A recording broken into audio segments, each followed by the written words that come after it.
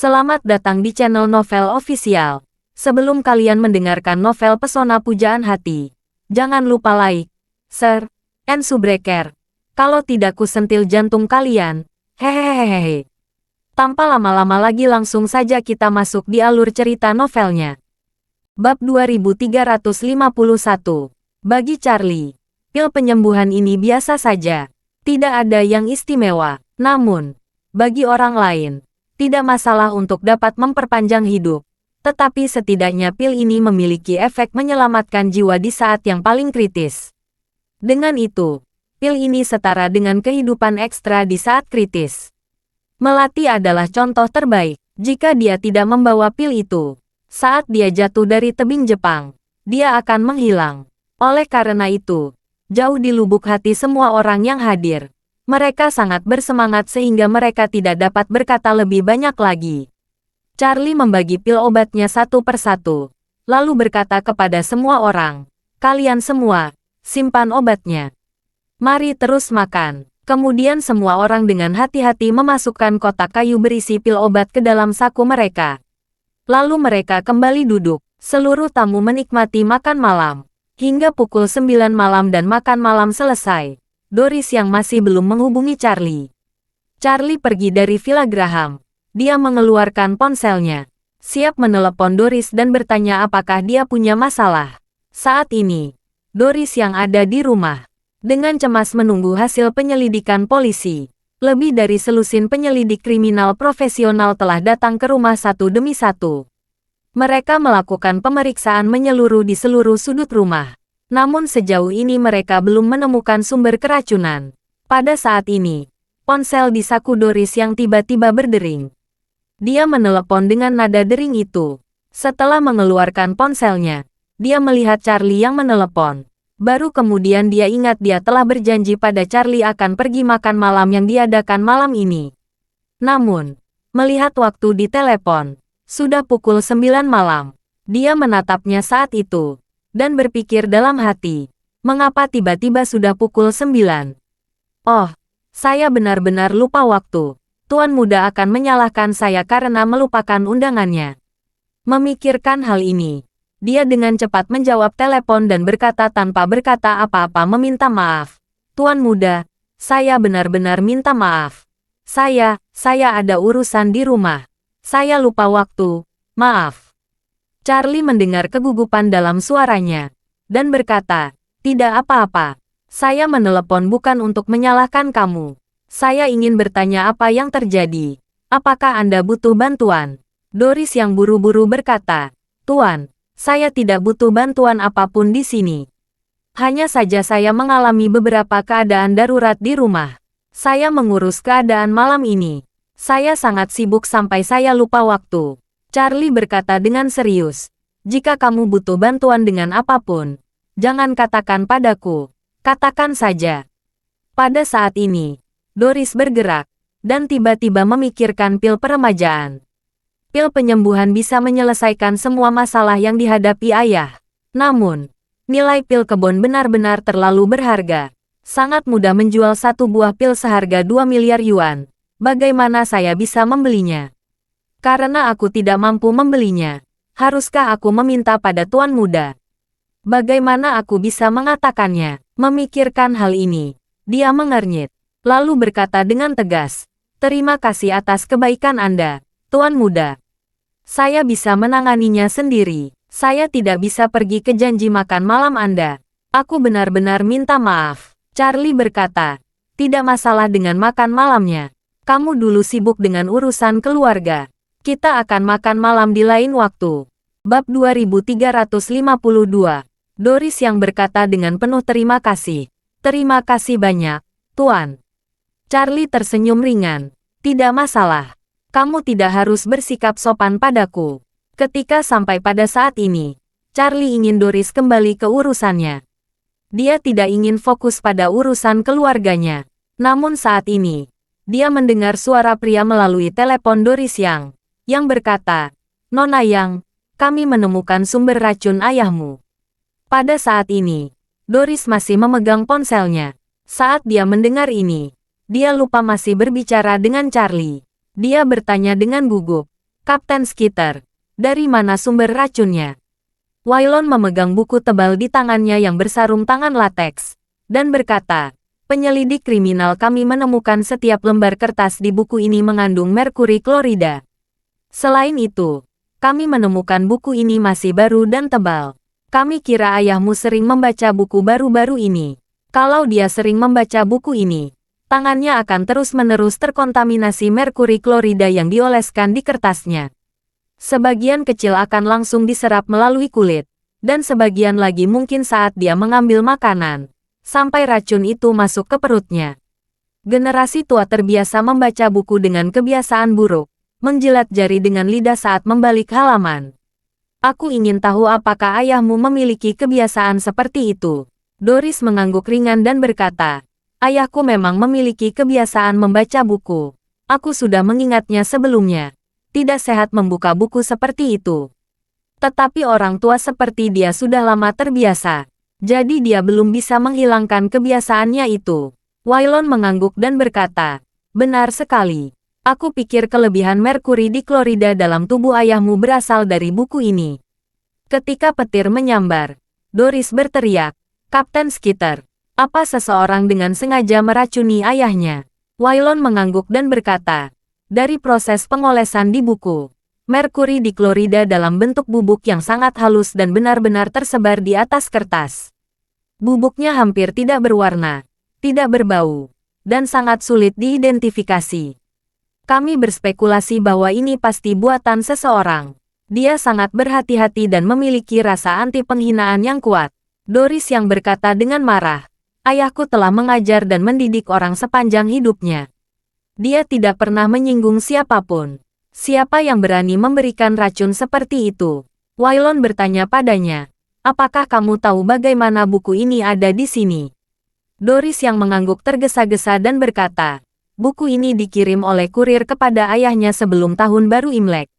Wailon sangat gembira dan bertanya, siapa pengirimnya? Doris yang menggelengkan kepalanya dan berkata, saat ini, tidak ada informasi pengirim pada kurir itu. Hanya ada sebuah catatan. Orang yang menulis catatan itu mengaku sebagai siswa ayah saya. Mengatakan bahwa dia menemukan buku ini di luar negeri dan tahu bahwa ayah saya pasti akan menyukainya. Dia mempersembahkannya kepada ayahnya. Wailon mengerutkan kening dan bertanya, tidak ada informasi pengirim. Apakah Anda ragu saat itu?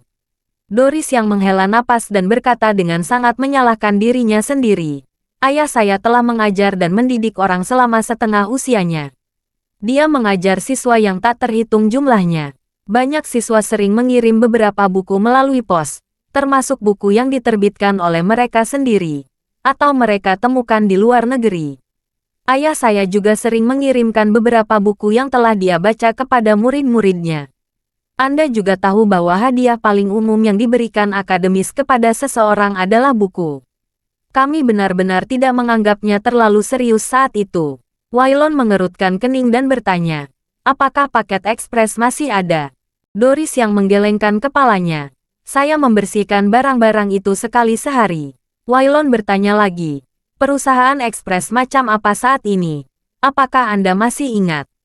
Doris yang berpikir sejenak dan berkata, sepertinya itu adalah pengiriman kurir internasional dari Yunani. Ketika Wailon mendengar ini, dia menghela napas dan berkata, sepertinya tidak ada petunjuk. Doris yang buru-buru bertanya, mengapa? Wailon menjelaskan, jika benar-benar dikirim dari Yunani, itu akan terdeteksi saat memasuki bea cukai. Metode pemeriksaannya jauh lebih ketat dari kami. Banyak orang pintar yang melakukan perdagangan narkoba lintas batas melalui metode serupa, akan ditemukan oleh bea cukai. Jadi tidak mungkin buku yang sangat beracun itu dikirimkan melalui bea cukai ke rumahmu. Oleh karena itu, Wailon berkata dengan serius, saya berspekulasi bahwa pengiriman ekspres internasional itu palsu, dan pengirimnya juga pasti palsu. Pembunuhannya tidak berada di luar negeri, tetapi di Cina. Bahkan sangat mungkin dia ada di Aorus Hill. Bab 2353. Di Aorus Hill. Doris yang memegang tangannya saat mendengarnya. Segera, dia berkata dengan marah dan dingin. Orang ini melakukan segala kemungkinan untuk menyakiti ayahnya. Aku tidak tahu kenapa. Kapten Skitter, tolong tangkap orang ini dan bawa ke pengadilan. Wailon mengangguk dan berkata dengan sungguh-sungguh. Kasus kriminal yang melibatkan pembunuhan ini adalah kasus besar. Kami akan melakukan yang terbaik untuk melacak keberadaannya dengan cepat. Saat berbicara, dia tidak bisa menahan napas. Hei, tetapi karena ada terlalu sedikit petunjuk saat ini, saya tidak dapat menjamin pada waktunya. Doris yang mengangguk ringan dan berkata, saya mengerti ini. Wailon berkata lagi, ngomong-ngomong, Nona Yang, tolong bantu saya mengingat waktu terlebih dahulu. Ketika pengirimannya tiba, kita akan coba sesuaikan dengan video CCTV di sekitar periode waktu itu. Pertama-tama kita temukan orang yang mengantarkan. Doris berpikir sejenak, dan berkata, saya sangat sibuk dengan pekerjaan selama periode sebelum Tahun Baru Imlek. Saya tidak dapat mengingatnya. Mohon tunggu sebentar. Saya akan menelepon ibu saya dan menanyakan apakah dia masih ingat. Baiklah. Doris segera mengangkat telepon dan hendak menelepon ibunya. Baru kemudian dia menyadari telepon Charlie belum ditutup, dan nomor jam di kolom waktu panggilan masih bertambah.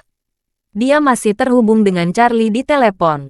Dia merasa gugup, lalu berteriak tergesa-gesa, dan berkata kepada Charlie, maaf, Tuan, saya sedang terburu-buru sekarang.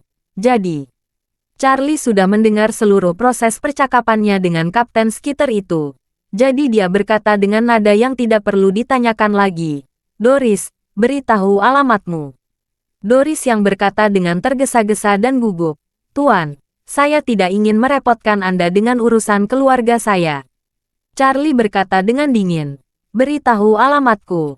Aku akan ke sana sekarang. Doris yang mendengar nada bicara Charlie yang sangat tegas, dan tiba-tiba tertekan oleh momentumnya. Jadi dia hanya bisa berkata dengan suara rendah, rumahku di Villa Quinteria 2, villa nomor 11. Charlie mengangguk dan berkata, saya tahu daerah ini. Tidak terlalu jauh dari saya. Aku akan sampai di sana dalam 10 menit. Mendengar Charlie akan datang, Doris merasa agak gelisah. Dia tahu identitas Charlie adalah bangsawan, dan dia benar-benar tidak ingin menyusahkan Charlie dengan urusannya. Namun, dia juga berpikir, Charlie adalah orang dengan mata dan tangan. Dia bukan hanya tuan muda dari keluarga Wade, tetapi juga Master Wade yang sangat dihormati oleh kelas atas di Aurus Hill. Jika dia bersedia membantu, kemungkinan dan efisiensi menemukan pembunuh seharusnya akan semakin tinggi. Memikirkan hal ini, dia tidak lagi berjuang terlalu keras, dan dengan tegas setuju. Oke, tuan muda, aku akan menunggumu di pintu. Setelah menutup telepon, Doris yang menelepon ibunya yang masih sakit di rumah. Dia memastikan waktu ayahnya menerima buku itu dari ibunya. Setelah itu polisi mulai memeriksa video CCTV untuk melihat apakah mereka dapat mengunci kurir yang mengirimkan buku.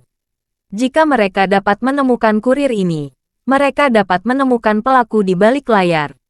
Pada saat yang sama, Wailon juga menyarankan Doris untuk tidak tinggal di rumah selama beberapa hari. Masalah ini telah meningkat ke puncak kasus kriminal, dan metode pihak lain masih belum terungkap.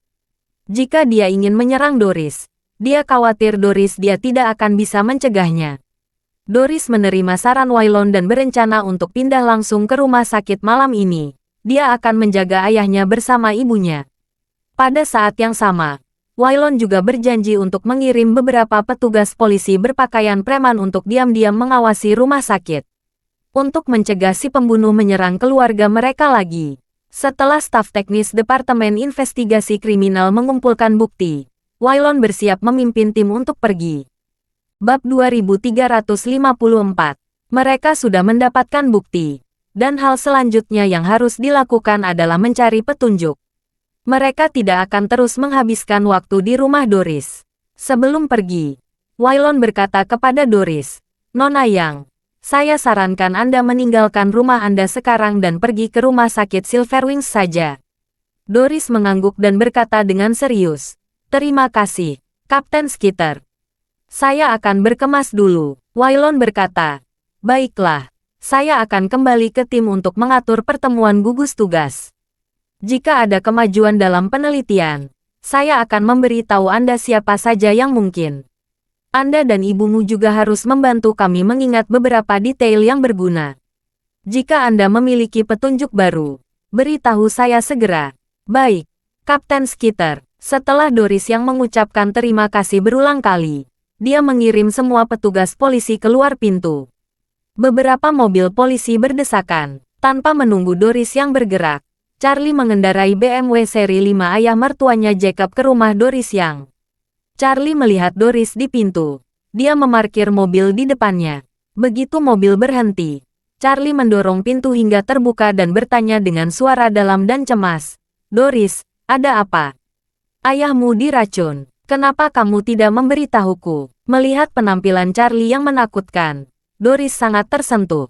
Melihat wajah tampan Charlie, Doris merasa sedikit lebih nyaman. Juga sedikit lebih banyak keluhan yang unik untuk seorang wanita muda seperti dia. Dia selalu menjadi citra wanita yang kuat di depan orang lain. Dia sangat takut, tetapi jauh di lubuk hatinya, dia masih tidak bisa lepas dari esensi seorang wanita muda.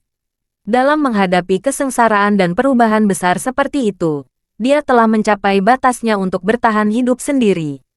Dia juga ingin memiliki bahu yang kuat dan kuat yang dapat dia andalkan. Bahkan jika itu hanya momen relaksasi, itu dapat membawa kenyamanan besar bagi dirinya. Karena itu, ketika dia melihat Charlie muncul di depannya, Doris ingin memeluknya dan menangis. Namun, jejak rasionalitas yang tersisa di hatinya terus-menerus menegaskan dirinya sendiri. Tidak, sama sekali tidak. Dia bosku. Dia tuan muda yang bermartabat dari keluarga Wade. Bagaimana aku bisa naik dan memeluknya? Dalam kebingungannya, Doris yang mengabaikan pikiran absurdnya. Dia berkata dengan suara rendah dengan mata merah. Tuan muda, ayah saya dirawat di rumah sakit Silverwings karena gagal ginjal akut setelah tahun baru Imlek. Saya mengira ada masalah dari transplantasi ginjal sebelumnya. Saya baru tahu hari ini bahwa dia diracuni oleh merkuri klorida. Seseorang sengaja meracuninya. Charlie bertanya padanya. Lalu bagaimana kabar ayahmu sekarang? Doris yang terdiam dan berkata, dia dalam kondisi yang sangat buruk sekarang. Dokter mengatakan batas waktu transplantasi ginjal paling lama 15 hari. Tetapi dia memiliki darah RH negatif. Sangat sulit untuk mengklasifikasikan golongan darah yang cocok. Peluangnya sangat tipis. Charlie mengangguk dan berkata tanpa ragu. Masuk ke mobil. Kita pergi ke rumah sakit Silverwings sekarang. Doris buru-buru menjawab. Tuan muda. Saya malu membuat Anda melaporkan masalah ini. Charlie berkata dengan ekspresi yang sangat serius. Doris, ayahmu diracun. Bukan gagal ginjal normal. Dokter memberitahu Anda bahwa dia memiliki batas waktu 15 hari. Dan besok mungkin menjadi 10 atau bahkan 5 hari.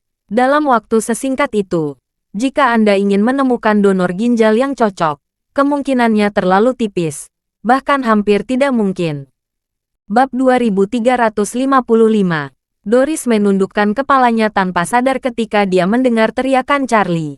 Pada saat ini, dia tidak bisa menahan napas dan berpikir dalam hatinya. Benar, tuan muda. Itulah yang terjadi pada ayahnya, semakin buruk setiap hari. Aku tidak bisa melihat harapan yang sama sekali. Satu-satunya bantuan donor ginjal yang cocok yang ditemukan Walter di Amerika Serikat. Namun, syarat dari Walter hanyalah mengabaikan kepribadian dan karakterku. Jika aku tidak mau menerima syaratnya, aku harus bersiap-siap agar ayahku meninggal kapan saja. Memikirkan hal ini, mata Doris yang menjadi sakit, dan air matanya langsung keluar, menetes tak terkendali di lantai beton yang dingin. Setelah itu, emosi negatif Doris yang telah terakumulasi selama beberapa hari meledak dalam sekejap. Dia menunduk, memeluk kepalanya, dan menangis. Charlie melihat Doris yang selalu kuat, saat ini terisak-isak dengan kepala tertunduk. Hatinya tidak bisa menahan perasaan sedikit tertekan. Berpikir dalam hatinya, dia pasti telah mencapai titik di mana dia telah berusaha kemana-mana. Emosinya akan runtuh seperti ini. Memikirkan hal ini, dia berjongkok di depan Doris, menepuk pundaknya dengan ringan, dan berkata dengan serius, Doris, tidak masalah kamu tidak dapat menemukan sumber ginjal. Aku punya cara yang lebih baik untuk menyelamatkan ayahmu. Ayo, itu bisa menyelamatkan ayahmu dari penderitaan di meja operasi. Ketika Doris mendengar ini, dia tidak bisa membantu tetapi mengangkat kepalanya, menatap Charlie dengan wajah ngeri, dan berkata, "Tuan muda, apa yang Anda katakan benar." Tentu saja itu benar. Charlie mengangguk, mengangkat tangannya dan membuka pintu co-driver, lalu berkata kepada Doris yang masuk ke mobil. "Sekarang kita pergi ke rumah sakit untuk merawat ayahmu. Lalu periksa secara menyeluruh siapa yang meracuni ayahmu." Ketika Doris kembali sadar, Charlie sudah membuka pintu mobil, mendorongnya dengan lembut masuk ke dalam mobil. Doris mengingat apa yang dia katakan beberapa saat yang lalu. Dia bertanya dengan tidak percaya, "Tuan muda, apakah Anda benar-benar memiliki cara untuk menyembuhkan ayah saya?" Charlie mengangguk, menatap mata merahnya, dan berkata dengan serius, "Karena aku sudah mengungkapkannya, berarti aku bisa." Doris berkata tanpa sadar, Tapi dokter bilang gagal ginjal tidak bisa disembuhkan." Charlie berkata kata demi kata, "Dokter tidak bisa melakukannya. Bukan berarti saya, Charlie, tidak bisa." Dengan mengatakan itu, Charlie mengeluarkan pil obat yang awalnya disiapkan untuk Doris dari sakunya, dan berkata, "Obat ini memang sudah aku siapkan untukmu. Kamu ambil ini dan minumlah pada ayahmu. Dijamin penyakitnya akan sembuh." Doris tercengang. "Tuan muda, Anda mengatakan obat ini, apakah sudah disiapkan untuk saya? Apakah kamu sudah tahu tentang ayah saya?" Charlie menggelengkan kepalanya dan berkata, "Saya menyelenggarakan pesta makan malam ini untuk berterima kasih kepada semua orang karena telah mengunjungi rumah saya pada tahun baru Imlek dan menghabiskan banyak uang. Jadi saya menyiapkan solusi untuk semua orang yang bisa menyembuhkan segala penyakit dan menyelamatkan jantung. Walaupun obat ini tidak hanya pil peremajaan, namun masih cukup untuk mengobati penyakit ayahmu." Ketika Doris yang mendengar ini, dia sepertinya masih dalam mimpi. Dia bertanya tanpa sadar, "Tuan, obat ini benar-benar bisa menyembuhkan ayah saya?" Charlie berkata, "Jika bisa disembuhkan, kamu akan tahu setelah tiba di rumah sakit. Ayo masuk ke mobil." Meskipun Doris tidak 100% yakin apakah pil obat Charlie dapat menyembuhkan ayahnya, dia sangat bersemangat saat ini. Dia mengangguk dan di bawah desakan Charlie, dia duduk di dalam mobil. Kemudian, Charlie menyalakan mobil dan melaju cepat ke rumah sakit Silverwings Aurus Hill. Bab 2356. Pada saat yang sama, Walter, yang berada di Hotel Internasional Aurus Hill, menerima telepon dari bawahnya. Begitu panggilan tersambung, bawahnya berkata, "Bos, saya mendengar seseorang dari kepolisian Aurus Hill mengatakan bahwa polisi telah menemukan buku yang mengandung merkuri di klorida dari rumah Doris Yang. Saat ini satu tugas khusus telah dibentuk untuk melacak petunjuk." "Apa?" Walter bertanya dan berkata, "Bagaimana polisi Aurus Hill bisa begitu cepat?" Pihak lain berkata, "Kami juga tidak berpikir bahwa efisiensi mereka begitu tinggi." Walter ragu-ragu sejenak, lalu berkata, "Saat kamu mengirim kurir untuk mengantarkan buku itu, apa yang dia tinggalkan jejaknya?" Pria itu berpikir sejenak dan berkata, "Seharusnya tidak. Mobil yang mengantarkan kurir pada waktu itu adalah mobil terdaftar. Tidak akan mungkin menemukan petunjuk. Kurir yang menyamar juga mengenakan masker. Tidak mungkin ditemukan." Alis Walter mengernyit. Ekspresinya muram. Dan dengan hidung bengkoknya yang besar, dia tampak lebih kejam. Setelah berpikir sejenak, dia berkata, "Bunuh orang yang menyamar menjadi kurir itu segera." Pihak lain jelas tercengang. Dan setelah beberapa saat, dia berkata dengan ngeri, "Tuan, bos, Anda biasanya berperilaku baik dan sangat cerdas. Tidak perlu menghukumnya untuk masalah sekecil itu. Dia masih sangat aman." "Tidak perlu." Walter memarahi dengan dingin. "Apakah kamu mengerti investigasi kriminal? Dia adalah satu-satunya orang yang memasuki bidang penglihatan polisi. Jadi bagaimana jika dia memakai masker? Apakah bioskop yang memakai masker sudah benar-benar aman?" Wajah seseorang memiliki telinga, hidung, mulut dan alis. Masker hanya menutupi mulut dan hidung. Polisi masih dapat menggunakan video pengawasan. lalu melihat bentuk dasar wajah, mata, alis, telinga.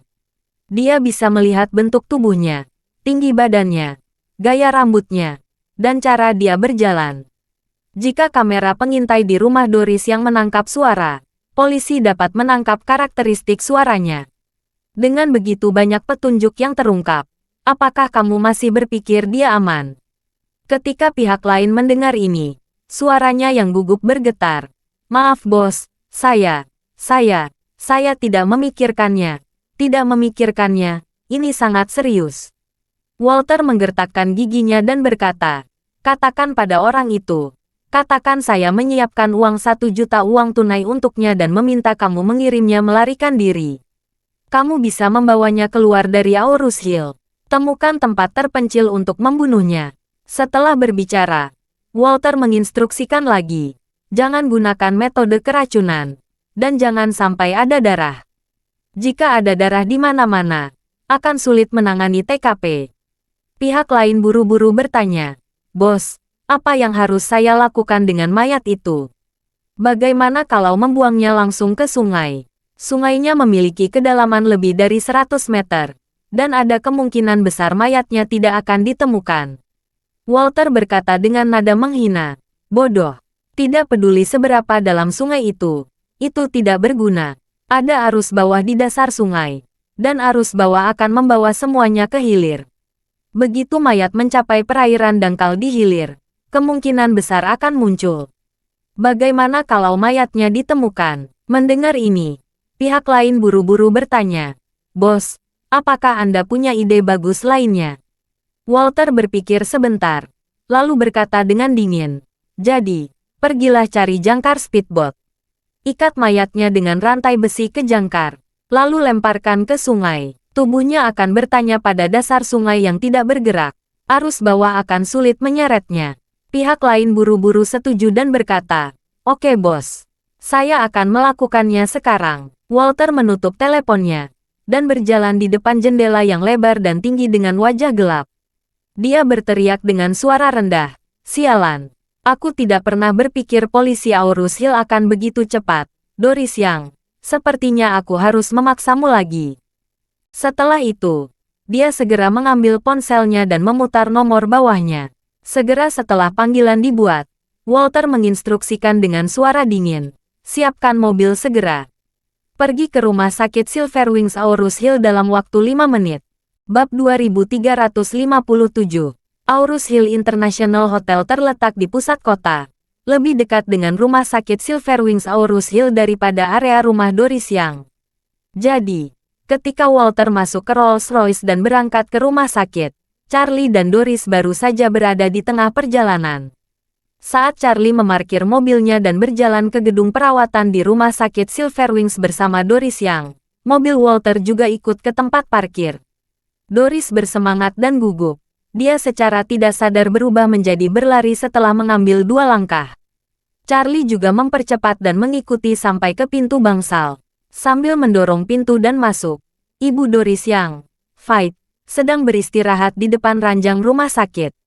Meskipun Fight baru berusia 50-an, dia dalam kondisi sangat lelah saat ini. Kondisi mentalnya tampak tidak berbeda dari seorang wanita tua berusia 60-an atau 70-an.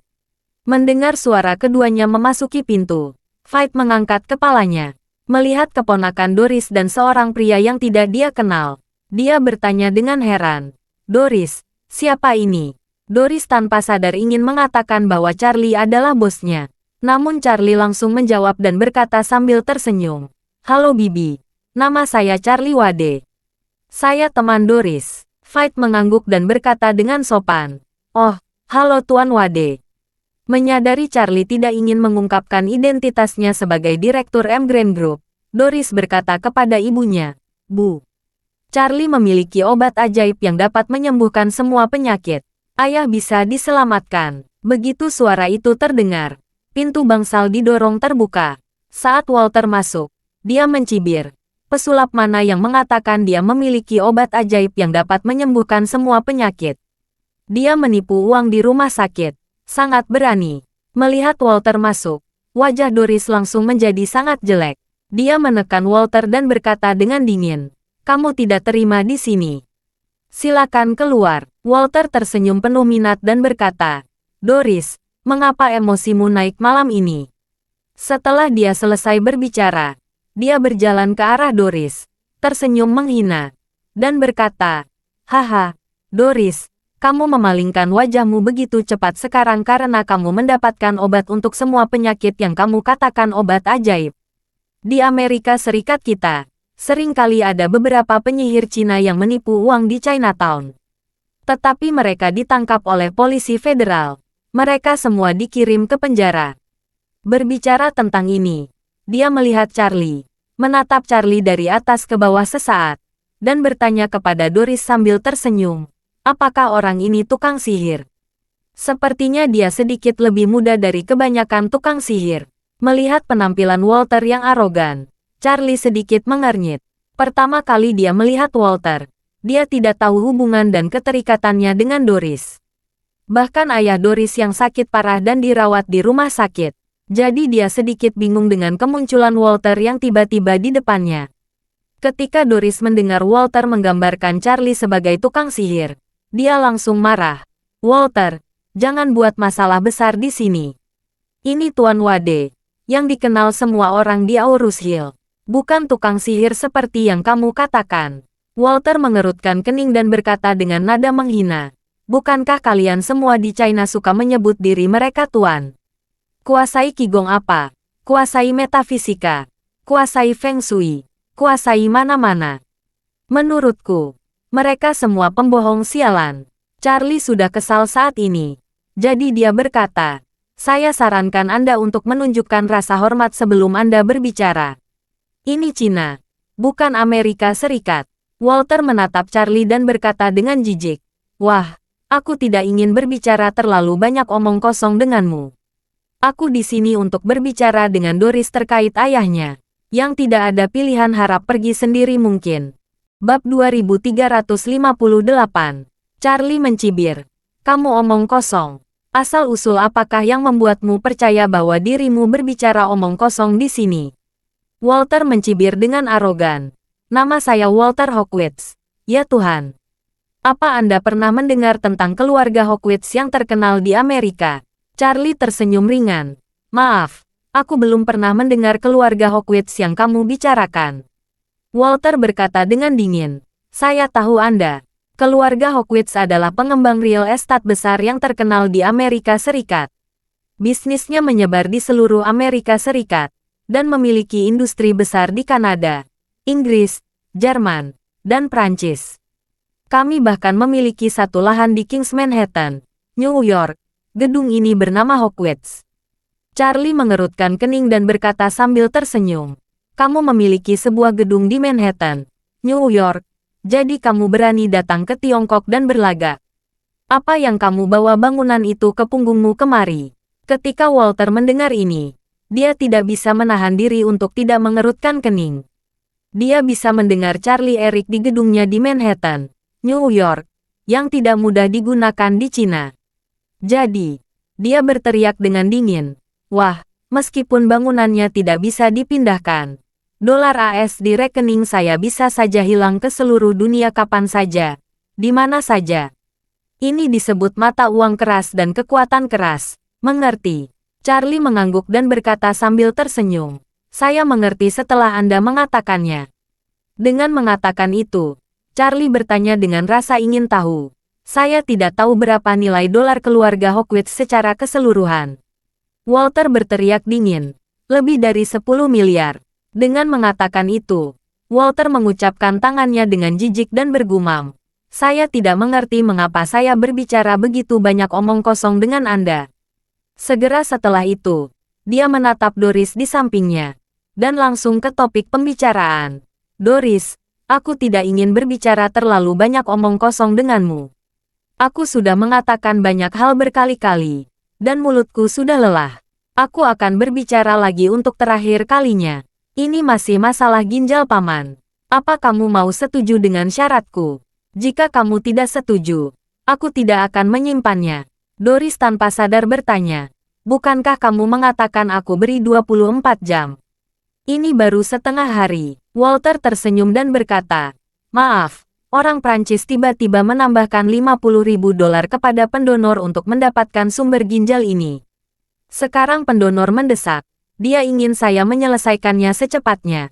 Kalau tidak, dia akan menjualnya langsung ke Prancis. Kamu harus memberiku jawaban yang jelas sekarang. Ya atau tidak? Pada saat ini, Charlie bertanya kepada Doris Yang. Doris, ada apa? Doris menjawab, Tuan Wade, Walter ini adalah teman sekelasku saat belajar di Amerika Serikat. Dia membantu ayahnya menemukan pendonor ginjal yang cocok di Amerika Serikat. Tetapi permintaannya adalah... Berbicara tentang ini, Doris tiba-tiba tercengang. Kata-kata Walter begitu vulgar dan tidak tahu malu, sehingga dia bahkan tidak bisa menggambarkannya dengan kata-kata. Pada saat ini, Walter mencibir di sampingnya. Izin saya sangat sederhana. Doris menjadi kekasihku selama 10 tahun. Saya beri beberapa anak lagi. Apa yang Anda keberatan? Bab 2359. Faktanya, Walter memiliki banyak persyaratan bisnis untuk Doris. Dia bahkan ingin Doris membantu M Grand Group. Hanya saja Walter tidak berbicara di depan Charlie. Namun, Charlie sudah menyerah. Dan itu membuat Charlie marah. Dia meraih kerah Walter dan menamparkan wajahnya dengan tangan lain. Tamparan ini membuat Walter, separuh wajahnya membengkak. Bahkan sudut-sudut mulut dan lubang hidungnya mulai berdarah terus-menerus. Tepat ketika dia sangat gelisah sehingga dia hampir tidak bisa berdiri, Charlie berkata dengan dingin, tidak ada wanita yang bisa dihina begitu mudah. Dia menutupi wajahnya yang kesakitan dan berteriak dengan marah, bajingan. Beraninya kau memukulku. Saya sangat berkuasa. Tidak ada yang pernah berani menyentuhku. Dasar bajingan berani memukul wajahku. Charlie mencibir. Mengangkat tangannya dan menamparnya lagi dengan keras. Melihat wajahnya yang bengkak secara simetris dan tampak seperti kepala babi, Charlie berkata dengan dingin, orang tuamu tidak pernah mengajarimu. Saat kamu datang ke wilayah orang lain, beraninya kamu seperti ini. Belajarlah menjadi manusia beradab. Walter bangga pada segala hal. Dia sudah sangat marah. Pada saat yang sama, dia sangat menyesal. Dia berpikir seharusnya bepergian membawa pengawal. Namun karena dia datang untuk menemui Doris, dia tidak mengajak pengawal naik ke atas. Jika ada pengawal, dia tidak akan bisa disaingi oleh Charlie. Walter sendiri tinggi dan tegap. Dia sering berlatih kebugaran. Kekuatan pukulannya jauh lebih kuat daripada orang dewasa rata-rata. Selain itu, kemarahan melonjak di hatinya saat ini. Dan tanpa sadar dia mengucapkan tangannya untuk melawan. Dia mengangkat tinjunya dan memukul keras batang hidung Charlie. Dia selalu berbahaya. Dan taktik yang dia rencanakan dalam pikirannya adalah mematahkan batang hidung Charlie dengan satu pukulan. Setelah batang hidung patah, rasa sakit yang parah akan membuat orang tidak dapat membuka mata mereka, dan efektivitas tempur akan turun dengan cepat. Segera setelah itu, dia dapat langsung menendang bagian vital di bawahnya, sepenuhnya menghapus semua kekuatan tempurnya. Langkah Walter adalah yang paling merusak dalam pertarungan jalanan. Pertama, dia melemparkan hidung lawannya ke dahinya, lalu memanfaatkan ketidaksiapannya. Namun, Walter tidak tahu kekuatan mengerikan macam apa yang tampaknya lembut dari pria oriental kecil kurus ini di depannya. Walter melemparkan pukulan. Dia bertekad untuk menang. Tetapi dia tidak pernah mengira ketika pukulan ini dilayangkan.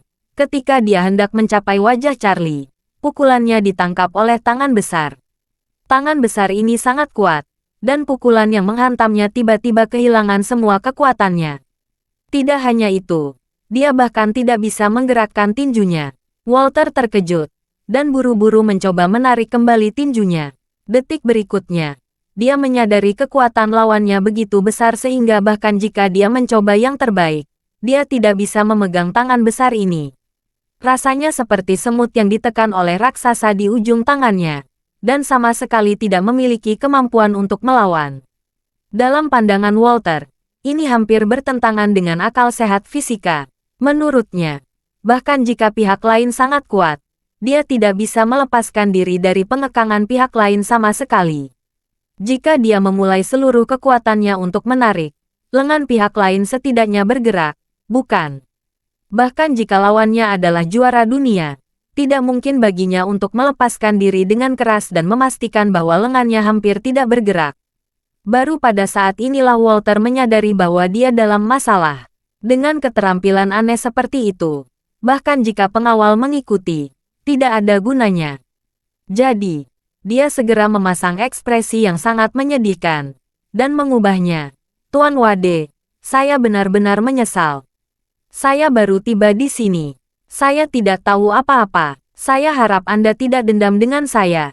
Bab 2360. Charlie meraih tinjunya dengan erat dan bertanya sambil mencibir, "Apa?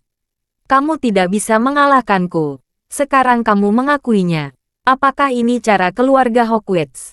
Walter tidak pernah berpikir bahwa Charlie akan berani mempermalukan keluarganya, dan dia tentu saja sangat marah. Namun, dia menyadari perbedaan kekuatan antara dirinya dan Charlie terlalu besar. Pada saat ini, hanya dengan mengakui kekalahan dapat meminimalkan kerugian. Adapun wajah yang hilang, itu tidak terlalu penting. Yang terpenting adalah ketika menemukan peluang, dia bisa mendapatkannya kembali ribuan kali lipat. Memikirkan hal ini, dia segera berkata sambil tersenyum, "Tuan Wade, seperti yang Anda katakan, keluarga Hawkins memang memiliki kekuatan di Amerika Serikat. Tetapi ini adalah Tiongkok dan Aurus Hill. Ini bukan tempatku untuk menjadi pembohong di sini." Setelah selesai berbicara, dia berpura-pura saleh dan memohon, "Tuan Wade, tolong maafkan saya. Ini kesalahan pertamaku terhadapmu dan kau sudah menamparku 2 kali." Melihat wajahnya membengkak seperti babi, Charlie mencibir dingin. "Kamu bahkan tidak menyadari kesalahan terbesarmu. Jadi, permintaan maafmu yang dangkal, menurut pendapatku, hanyalah semacam teknik keluar dari masalah. Tidak ada ketulusan." Walter memperlihatkan wajahnya yang ketakutan, dan dia berkata, "Tuan Wade, Anda benar-benar salah paham. Saya tahu kesalahan saya dengan tulus. 10.000 doa tulus. Saya minta maaf." Charlie mencibir, lalu tiba-tiba memutar tangan kanannya dengan keras. Pergelangan tangan Walter patah. Walter menjerit kesakitan dan berteriak, hampir pingsan, "Tanganku! Kamu, mengapa kamu melakukan ini? Aku sudah mengaku salahku dengan jelas." Charlie menatapnya dan berkata dengan dingin, "Kamu seharusnya tidak meminta maaf padaku, tapi Doris. Kamu memerasnya dengan donor ginjalmu untuk mendapat tujuan memalukan. Apa kamu tidak pernah ingin minta maaf padanya?" Ketika Walter mendengar ini, dia buru-buru menatap Doris yang berada di sampingnya, dan berkata, "Doris, aku salah. Aku benar-benar tahu aku salah. Tolong jangan dendam padaku. Tolong bantu saya berbelas kasih kepada Tuan Wade. Tolong." Pada saat ini, Doris merasa kurang simpatik. Meskipun dia tahu Walter itu kotor, menurut pendapatnya, kekotoran Walter hanyalah omong-omong saja. Dia tidak berjanji atau memaksanya, dan melihat Walter saat ini, sudah cukup buruk untuk dikalahkan oleh Charlie. Charlie bahkan mematahkan salah satu pergelangan tangannya. Jadi, dia berkata pada Charlie, "Tuan Wade, biarkan dia pergi. Bagaimanapun juga, aku tidak akan kehilangan apa-apa." Charlie mengangguk. Dia juga tidak ingin mengenal Walter secara umum. Keturunan pengembang real estate Amerika, senilai puluhan miliar dolar, tidak akan terlihat di Tiongkok sendiri, terutama di Aurus Hill. Jadi, selama Walter ini semakin jauh, dia tidak repot-repot mengenalnya secara umum. Jadi, dia menatap Walter dan bertanya kata demi kata, "Mulai sekarang, jangan sampai aku melihatmu lagi. Dan jangan sampai Doris melihatmu lagi. Mengerti?" Ketika Walter mendengar ini, dia sepertinya mendapat amnesti. Dia menatap Charlie, mengangguk dan berkata, "Tuan Wade, jangan khawatir. Aku tidak akan pernah muncul lagi di depanmu dan Doris." Ketika dia mengatakan ini, yang ada dalam pikiran Walter dalam benaknya adalah, "Yah, nama keluargamu adalah Wade. Kamu berani memukulku dan mematahkan pergelangan tanganku. Jika aku tidak membunuhmu, aku bukan keluarga Hawkins." Pada saat ini, Charlie terlalu malas mendengarkan omong kosongnya. Dia menahan desakannya dan berkata dengan jijik, "Keluar." Keluar cepat. Walter mengangguk lagi dan lagi. Ya, aku akan keluar. Aku akan keluar. Dengan mengatakan itu, dia berbalik dan berjalan keluar. Pada saat ini, Charlie sedikit mengernyit, dan tiba-tiba memanggilnya dengan tajam. Tunggu sebentar. Saya ingin bertanya. Terima kasih sudah mendengarkan cerita novel Pesona Pujaan Hati.